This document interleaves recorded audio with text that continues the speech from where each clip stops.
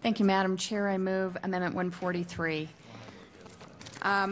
Members, Amendment 143 addresses the ADA accessibility.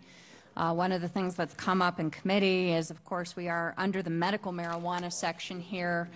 Some folks were concerned about making sure that since we are trying to target a truly disabled population, it's important that these be ADA accessible. This amendment points to Colorado's version of ADA Article 34 of Title 24 and asks for an aye vote. Question is the adoption of Floor Amendment 143. Senator Romer. Thank you. Thank you. Senator Carroll, I apologize. We were looking at another future amendment coming our way, and so I apologize that I didn't hear what it is, which amendment you just ran. Senator Carroll. Thank you, Madam Chair. This is the ADA compliance for Colorado's law. Thank you. I support this. Question is the adoption of Floor Amendment 143. Those in favor say aye. Aye. Opposed, no. 143 is adopted. Mr. McGowan, please read Floor Amendment 145. Amendment 145 to House Bill 1284 by Senator Carroll. Amendment Regress Bill, page 50, line 1, strike Senator or. Carroll. Thank you, Madam Chair. I move Amendment 145. Amendment 145 does a cross-reference back to a consumer protection section of the statute, which is unfair deceptive trade practices. This is where other businesses in Colorado are subject to protections on predatory pricing and price gouging, things like that. It's a simple cross-reference to make sure we are protecting consumers who are, in fact, medical patients from those same practices, and ask for an aye vote. This was the one you talked about. This is just the consumer one. Thank you, and I support the amendment. That was Senator Romer. The question is the adoption of Floor Amendment 145. All those in favor say aye. Aye. Opposed, no. 145 is adopted. Mr. McGowan, please read Floor Amendment 144. Amendment 144 to House Bill 1284 by Senator Carroll. Amendment Regress Bill, page 11, line 25, strike centers and. Carroll. Thank you, Madam Chair. I move Amendment 144. Members, this is a fairly substantial amendment. This, you may recall, in House Bill 1284 is written right now. It mandates vertical integration. This separates that. It keeps regulatory oversight over both phases of operation on the growing and manufacturing and on the selling of this, but there are a couple important reasons why I'm removing mandated vertical integration here.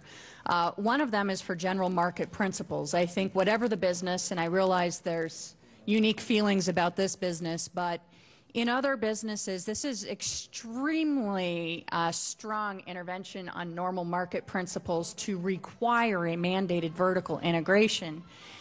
It would be the same as saying that, for example, the pharmaceutical company who makes a drug must be the same as the Walgreens who essentially sells it. It is the same thing as saying that the farmer who grows food must be the same as the grocery store who in fact sells it.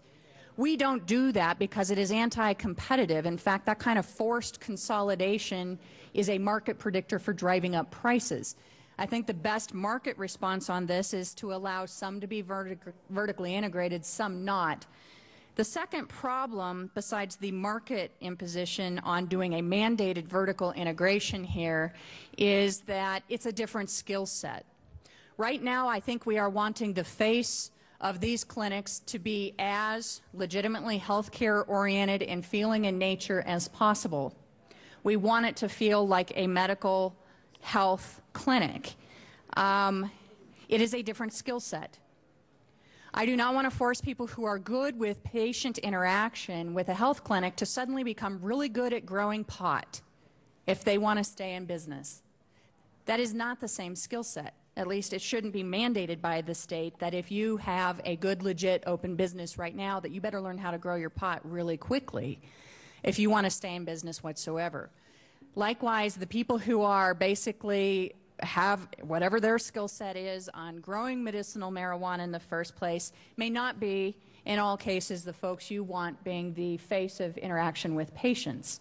So the second reason that I think a mandated vertical integration is a problem is because I think it is legitimately different people with different skill sets, And while it is okay if they intersect, I think for the state to come in and do a sweeping mandate to force that they in fact be largely one and the same or vertically integrated it may have some unintended consequences of basically merging issues that may be best separate in other cases. I do realize that this is sort of core to what the proponents of this think need to be in the bill, but Amendment 144 removes the mandate that they be vertically integrated, and it would keep oversight of both parts of the operation, but it would otherwise allow some to be vertically integrated and some not. That's the reason for Amendment 144, and ask for your support. Senator Romer.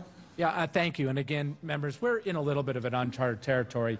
The vertical integration was negotiated with law enforcement, with the House, with Tom Massey. And by the way, Tom Massey, Representative Summers, and Beth McCann did a great job in working with us. I was involved in all those negotiations. And the issue is, because you're in the early part of an industry where you know you're dealing with a controlled substance that's very active in the black market, the best thought process was to make sure that they had a compliance, because the whole regulatory regime is built around the way in which the Department of Revenue is literally going to be able to track from patient down to plant what we're doing. Without vertical integration, you basically break up the entire regulatory model that we've built here.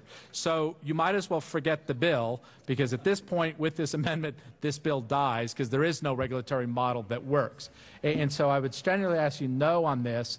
I respect the fact that Senator Carroll believes that there are constitutional issues in this bill, and we absolutely should have this debate, but this is a poison pill that blows up the whole bill. And in fact, all those stakeholders who are desperately hoping that this bill passes so they will not be subject to prosecution under the appellate court decision are looking pleadfully through the glass saying, Senator Carroll, you're not helping us. You're actually basically blowing up the bill on one of the absolute non-negotiable that the community and law enforcement came down to. So, yep, I actually believed in the same thing that Senator Carroll laid out early back in December. But you cannot undo the regulatory model that allows us to comply specifically of how we take the plant, how we grow it, how we check it, how, yes, the auditors with guns will show up, get to know the business, will understand how to make sure that we really aren't mixing black market, how we're not going to have any money laundering in this business, how we're not going to have cartels, how we're not going to have organized crime. So I understand that hopefully in 5 years, this industry will be exactly the kind of compliance that Senator Carroll can allow us to do. But since we're in uncharted territory, you're really putting the cart in front of the horse. The Department of Revenue believes that what she's proposed is absolutely not capable of being regulated, and it basically blows up the bill. So for that, I think I'm a no vote. Senator Carroll. Thank you, Madam Chair.